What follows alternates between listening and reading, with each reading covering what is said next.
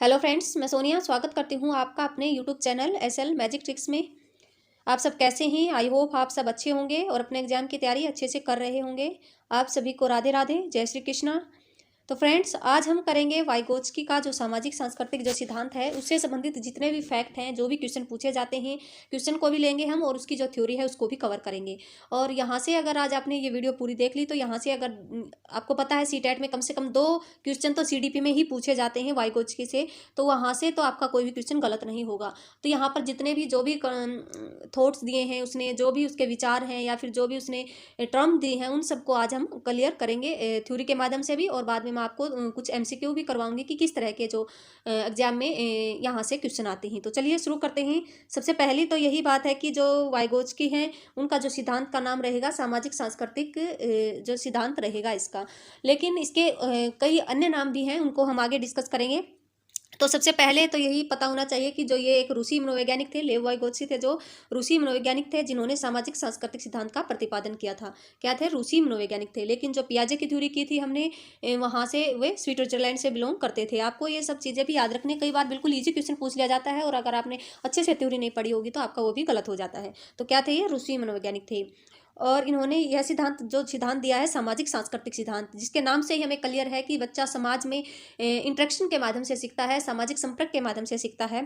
तो यह सिद्धांत बताता है कि बच्चा अपने समाज, सोसाइटी और संस्कृति से अंतःक्रिया करके सीखता है, अपनी कल्चर से और अपनी सोसाइटी के बीच जो उसकी पारस्परिक अंतर्क्रिया होती है उसके माध्यम से सीखता है, यानी सामाजिक अंतर्क्रिया के बाद ही बच्चे का विकास होता है।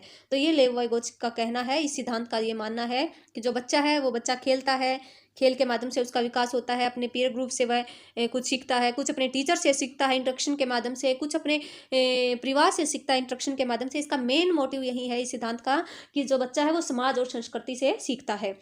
आई होप यहाँ तक चीज़ें क्लियर होंगी आपको। यहाँ तक जो मैंने बताया कि इसका जो मुख्य उद्देश्य क्या है, इसका जो सिद्धांत है ये बताता है कि ये बच्चा है समाज और संस्कृति की अंतःक्रिया से सीखता है।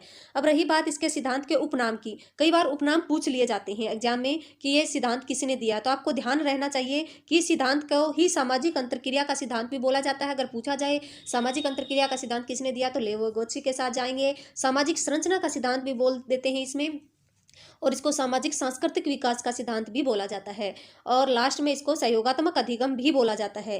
तो सहयोगात्मक अधिगम आए या फिर सामाजिक संरचना का सिद्धांत आए या सामाजिक सांस्कृतिक विकास आए या सामाजिक अंतर्क्रिया का सिद्धांत आए, तो ये सब किसके साथ जाएंगे? आप लेव वाइगोत्स्की के साथ जाएंगे। आपके ये सिद्धांत के उपनाम है, ये एक ही सिद्धांत है, उसको कई कई अलग अलग तरीके से बोल दिया जाता है, तो ये आपको ध्यान रखना है। अब नेक्स्ट है, इसने कुछ महत्वपूर्ण कंसेप्ट भी दिए हैं, उनको भी आप कवर करेंगे। तो वाइगोत्स्की ने जो कंसेप्ट दिए हैं उनको हम कवर करेंगे। सबसे पहला जो कंसेप्ट रहेगा जेड पी डी, जिसकी फुल फॉर्म रहेगी zones of proximal development. Zone of proximal development, समीपस्थ या निकट विकास का क्षेत्र। अब ये होता क्या है, इसमें बच्चे बहुत कंफ्यूज रहते हैं। इसके जो वैसे डेफिनेशन देखें तो जो वास्तविक विकास है उनके स्तर और संभावित विकास के स्तर के बीच के अंतर को ही हम क्या कहते हैं? समीपस्थ विकास का क्षेत्र कहा जाता है। लेकिन आपको ऐसे समझ में नहीं आएगा कौन क्या होता है रियल डेवलपमेंट और पोटेंशियल डेवलपमेंट क्या होता है। सबसे पहले मैं आपको एग्जाम्पल देती हूँ। मान लीजिए अब आप सीटेट की तैयारी कर रहे हैं, लेकिन आप अपने खुद से सेल्फ स्टडी से आपने तैयारी की और आपने एग्जाम दिया, आपके नंबर कितने आए? 80 आए, लेकिन आपका क्लियर नहीं हुआ। तो क्या नहीं हुआ? क्लियर नहीं हुआ। आपने सेल्फ स्टडी की, लेकिन फिर आपने क्या सोचा कि ऐसे क्लियर नहीं हो रहा तो मुझे कोचिंग की ज़रूरत है। फिर आपने किसी भी चैनल से या कहीं से भी पढ़ना शुरू किया, कहीं से भी आपने कोर्स लिया, तो वहाँ से उसकी हेल्प की मदद से, कोचिंग की हेल्प की मदद से आपका जो सीटेट में नंबर आए 90, आपका सीटेट क्लियर हो गया। तो ये क्या है? ये संभावित विकास का क्षेत्र क्या था? हमें क्या करना था? सीटेट क्लियर करना था। लेकिन हमने सेल्फ अपना खुद का वर्क कितना किया? 80। हम खुद के वर्क से कितने नंबर ला रहे हैं? 80 ही ला पा रहे हैं। लेकिन हमने हेल्प ली, बीच में कोचिंग ली, और जो हेल्प ली, जो मदद ली, जो कोचिंग ली, ये कितने? ये 10% को हमारा कवर कर दिया इसने। जो हमारे जो 10 नंबर बचे हुए थे वो हेल्प से कवर हो गए। तो ये जो इनके बीच का अंतर है 90 माइनस 80 अगर हम करेंगे तो 10, यही जो अंतर है इसी को हम क्या कहते हैं? जोन्स ऑफ प्रोक्सिमल डेवलपमेंट बोलते हैं। आई होप आपको क्लियर होगा। अगर आपको क्लियर नहीं है आप देख सकते हैं नीचे इसमें, यहाँ तक हमें पहुँचना है, ये है संभावित विकास, यहाँ तक हमें पहुँचना है।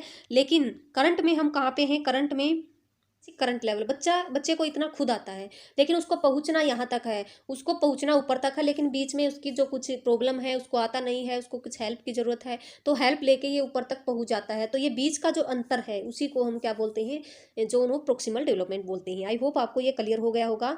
अगर हम अन्य भाषा में ले तो जैसे एक शिक्षार्थी अपने दम पर और किसी की मदद के दम पर क्या कर सकता है के बीच के अंतर को क्या बोला जाता है, जोनो प्रोक्सिमल डेवलपमेंट बोला जाता है।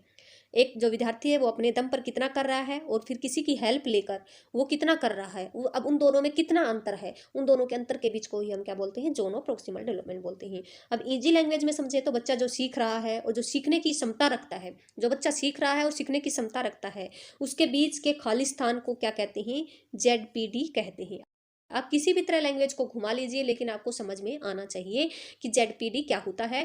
अगर हम नॉर्मल लैंग्वेज में, मैंने एग्जांपल भी दे दिया है आपको, अगर सीटेट में आपके 80 नंबर आ रहे हैं, लेकिन आपने कोचिंग लेकर जो सीटेट है उसमें 90 या फिर 110 नंबर लाए, तो जो बीच का जो गैप है उसी को हम क्या बोलेंगे, उसको हम बोलेंगे जोनो प्रोक्सिमल डेवलपमेंट बोलेंगे। और जो कोचिंग रहेगी वो हमारी क्या रहेगी, हेल्प रहेगी, और इसको हम मदद बोलते हैं, जिसको बीच में सहयोग भी बोला जाता है। और जो मदद दी जाती है ZPD में वो स्थायी होती है और बीच में दी जाती है, ये आपको ध्यान रखना है। लेकिन स्कैफोल्डिंग भी आता है, जो कंसेप्ट वाइगोत्स्की ने दिया है उसमें भी मदद की बात की गई है, लेकिन जो उसमें जो मदद दी जाती है वो टेम्परेरी दी जाती है। आप इन दोनों को मिक्स मत कर लेना, तो ठीक है। तो मदद स्थायी होती है और बीच में दी जाती है। अब हम पढ़ते हैं जो स्कैफोल्डिंग, ये भी जो वाइगोत्स्की है उनकी इंपॉर्टेंट टर्म रहेगी, जिसको हम ढांचा निर्माण भी बोलते हैं।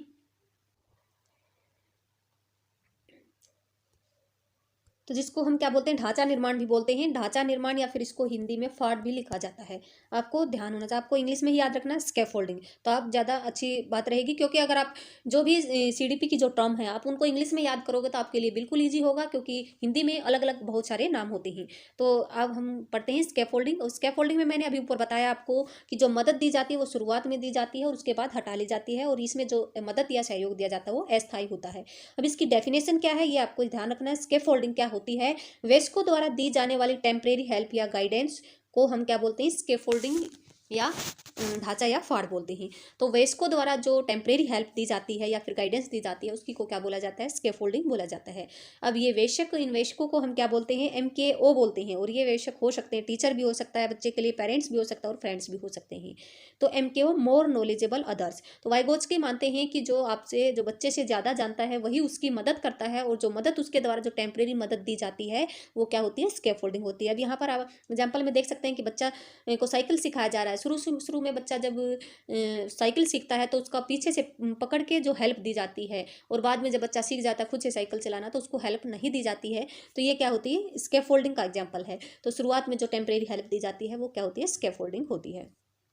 अब ये कई बार आ गया है MKO, इसकी फुल फॉर्म आपको याद रखनी है, मोर नॉलेजेबल अदर्स। अब ये होते क्या हैं, वाइगोत्स्की के अनुसार हमेशा बच्चा उसी से सीखता है जो उससे ज़्यादा जानता है, और जो ज़्यादा जानता है उनको MKO बोला जाता है, मोर नॉलेजेबल अदर्स, जिनको ज़्यादा नॉलेज होती है दूसरों से।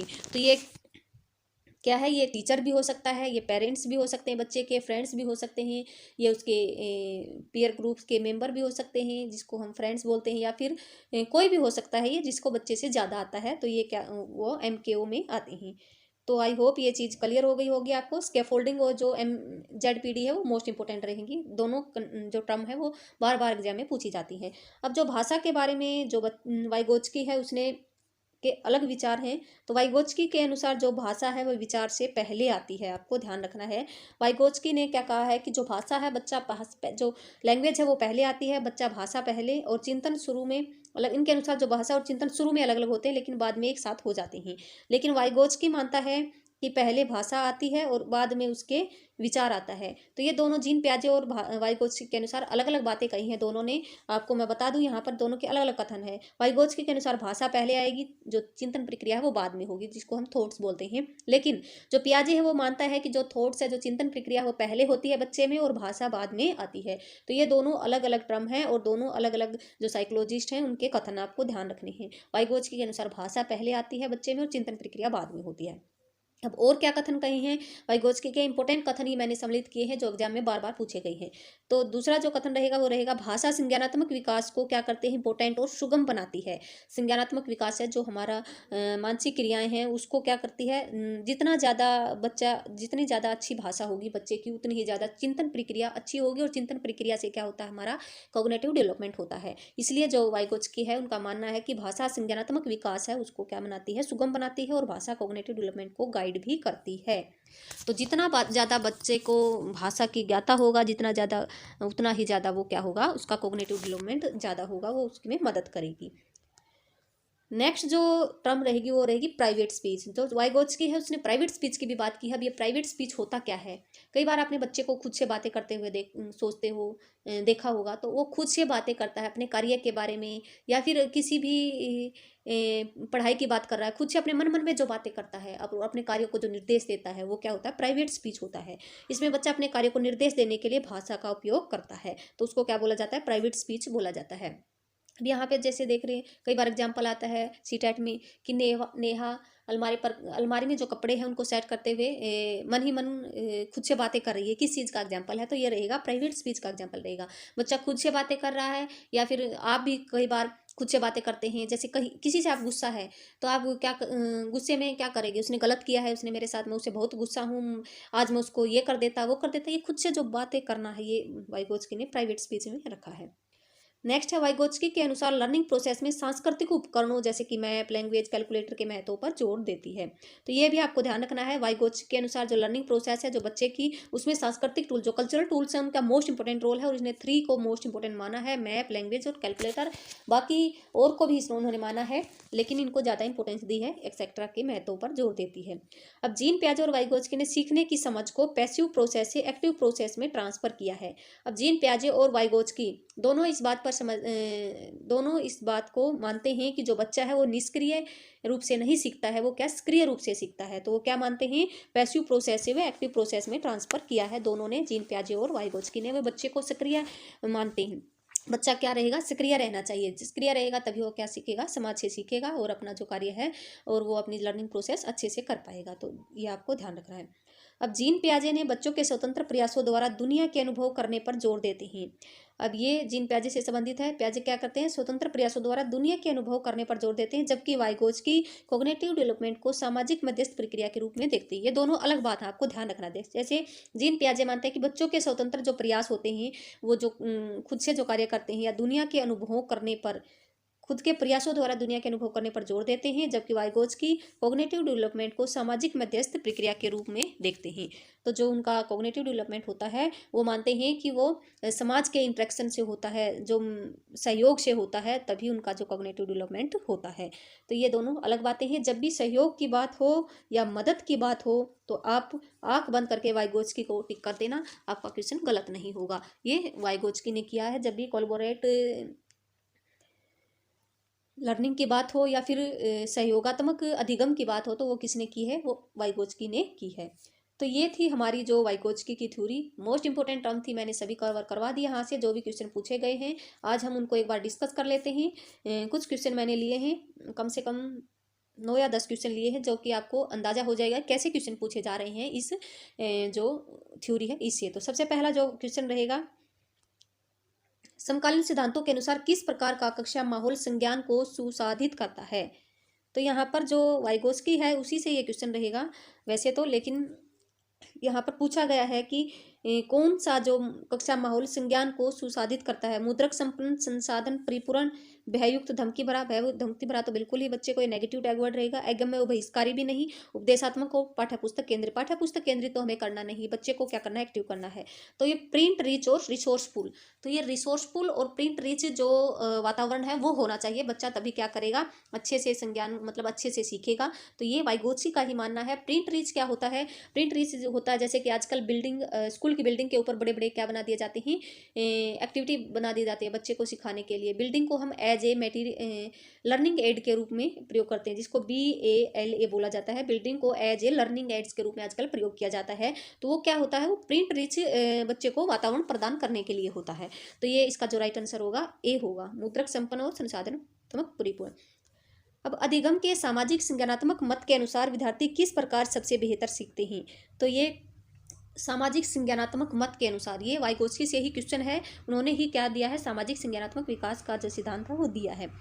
तो किस प्रकार सबसे ज़्यादा सीखेंगे, तो उन्होंने क्या दो तीन बातें कही है। एक तो समाज के इंटरेक्शन से बच्चा ज़्यादा सीखता है, और सबसे एक उसने बात की है कि मदद भी लेता है बच्चे की, तो उसको हम क्या बोलते हैं, स्कैफोल्डिंग बोलते हैं, टेम्परेरी मदद को स्कैफोल्डिंग बोलते हैं। और इसमें हम ऑप्शन देख लेते हैं, वयस्कों की निष्क्रिय नकल के द्वारा, बिल्कुल नहीं। अपने वातावरण से सक्रिय सलगरता द्वारा, तो ये बिल्कुल हो सकता है। व्यवहार के बाह्य अनुकूलन द्वारा, असंदर्भित जानकारी के कंठस्थीकरण द्वारा, तो ये बिल्कुल गलत हो गया। बाह्य अनुकूलन द्वारा भी नहीं, तो वो अपने जो actively engaging with their environment से एक्टिवली एंगेज होकर ही सीखता है। और वाइगोत्स्की ने क्या किया है, सामाजिक इंटरेक्शन की ही बात की है। निम्न में किसे सामाजिक रचनावादी सैद्धांतिक रूप में जाना जाता है। अब यही आ गया सामाजिक रचनावाद का सिद्धांत। मैंने ऊपर आपको बताया कि 4 या 5 नाम से भी जाना जाता है इस सिद्धांत को, तो ये किसने दिया, लेओ वाइगोत्स्की, इसका आंसर हो जाएगा। अब नेक्स्ट है, ये क्वेश्चन बिल्कुल इजी क्वेश्चन है, लेकिन अगर आपने थ्योरी अच्छे से नहीं की है तो आप इसमें फंस सकते हैं। तो क्या है, एक कक्षा में विद्यार्थी समूह में कार्य कर रहे हैं, प्रत्येक को समझ रहे हैं। शिक्षक यह देखती है कि एक समूह के सभी सदस्य आगे नहीं बढ़ पा रहे हैं, वह उन्हें इशारे व संकेत देकर उनकी सहायता करती है, तब पुनः उन्हें उनके प्रयासों पर छोड़ देती है। कक्षा में कौन से प्रत्यय का प्रयोग हो रहा है, तो कौन से प्रत्यय का प्रयोग हो रहा है, मैंने आपको बताई कि जो टेम्परेरी मदद दी जा रही है, इसमें बच्चे को क्या किया जा रहा है, इशारे व संकेत देकर उसकी सहायता की जा रही है। तो ये क्या होगा, ये होगा स्कैफोल्डिंग। आपको ध्यान रखना है क्या होगा, ये स्कैफोल्डिंग।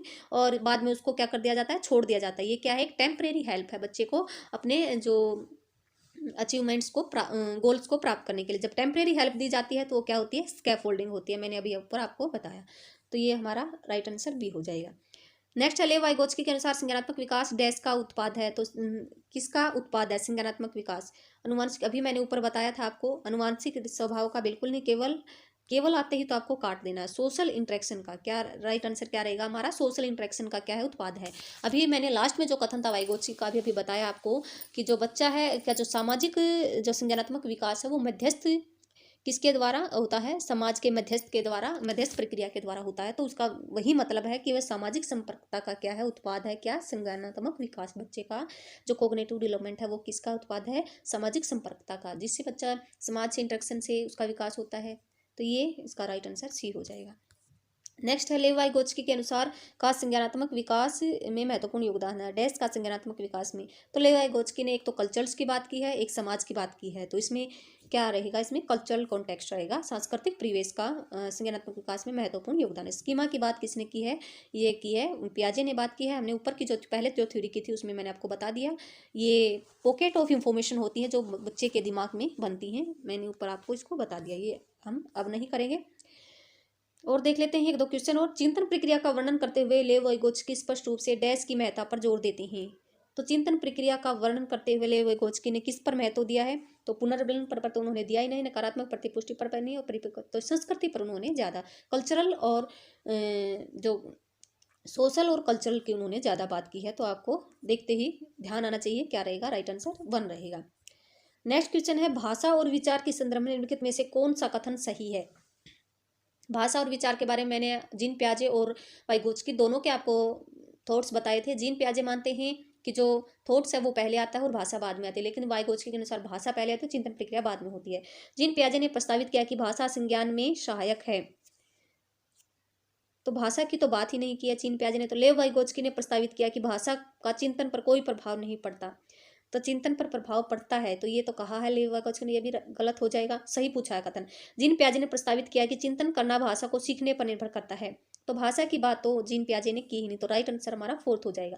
लेव वाइगोत्स्की ने प्रस्तावित किया कि भाषा चिंतन को सुसाधित करती है, ऑप्शन नंबर 4 सही हो जाएगा हमारा। नेक्स्ट है, लेव वाइगोत्स्की के अनुसार बच्चों की संज्ञानात्मक क्षमता पर अपने से अधिक योग्य व्यक्तियों के साथ अंतरक्रिया का क्या प्रभाव पड़ता है। अपने से अधिक योग्य, जिनको हम बोलते हैं मोर नॉलेजेबल अदर, तो इसको बोला जाता है, तो उनका क्या प्रभाव पड़ता है, कोई प्रभाव नहीं पड़ता, ऐसा तो है ही नहीं। उनकी क्या होती है, मदद मिलती है उनको और वो अपने गोल्स को अचीव कर सकते हैं। तो नकारात्मक तो बिल्कुल नहीं, तो सुसाधित होती है, तो क्या होता है, वो फैसिलिटेटेड होती है वो मदद जो व्यक्तियों के द्वारा दी जाती है, तो ऑप्शन नंबर सी सही हो गया हमारा। नेक्स्ट है लेव वाइगोत्स्की के सिद्धांत के अनुसार बच्चे स्वतंत्र प्रदर्शन का स्तर और उसके प्रदर्शन का वह स्तर जो वह विषय के मार्गदर्शन या अधिक जानकारी वाली समकक्षी के साथ काम करके प्राप्त करता है के बीच का क्षेत्र क्या कहलाता है। यहाँ पर आपको ध्यान रखना है, बीच का क्षेत्र पूछा है, तो बीच का क्षेत्र हमने ऊपर किया था कि जो किसी की हेल्प से प्राप्त किया गया क्षेत्र और जो स्वतंत्र प्रदर्शन के स्तर का क्षेत्र, तो दोनों के बीच का क्षेत्र कौन सा रहेगा, जोन ऑफ प्रोक्सिमल डेवलपमेंट। तो ऑप्शन नंबर कौन सा हो जाएगा हमारा इसमें, जोन ऑफ एडवांस बिल्कुल नहीं, zone of significant, zone of mental, तो फोर्थ आंसर हमारा सही हो जाएगा Jones of proximal development. Next है लेव वाइगोत्स्की का मत है कि उच्चतर क्रम की मानसिक प्रक्रियाएं डैश के द्वारा सम्मिलित होती हैं। तो जो उच्चतर स्तर की जो प्रक्रियाएं वो किसके द्वारा सम्मिलित होती हैं, तो वो मनोवैज्ञानिक उपकरण, पुरस्कार एवं दंड, अनुकूलन और कटस्थीकरण। तो ये तीनों की तो बात उन्होंने नहीं की। तो जो साइकोलॉजिकल टूल्स हैं उनके द्वारा जो मानसिक प्रक्रियाएं हैं वो क्या होती हैं, समामेलित होती हैं। तो ये हमारा फर्स्ट, और उन्होंने कल्चरल टूल्स की बात की है तो वही क्या होंगे, साइकोलॉजिकल टूल होंगे, जिसमें मैंने आपको बताया मैप, लैंग्वेज और इन तीन की उन्होंने भाषा, इनकी तीन की ज़्यादा बात की है। तो ऑप्शन नंबर 1 सही हो जाएगा हमारा। तो ये था हमारा जो चैप्टर वाइगोत्स्की की थ्योरी। अगर आपका फिर भी कोई डाउट है तो आप कमेंट कर सकते हैं। तो थैंक यू सो मच। अगर आपको वीडियो पसंद आई हो तो लाइक करें।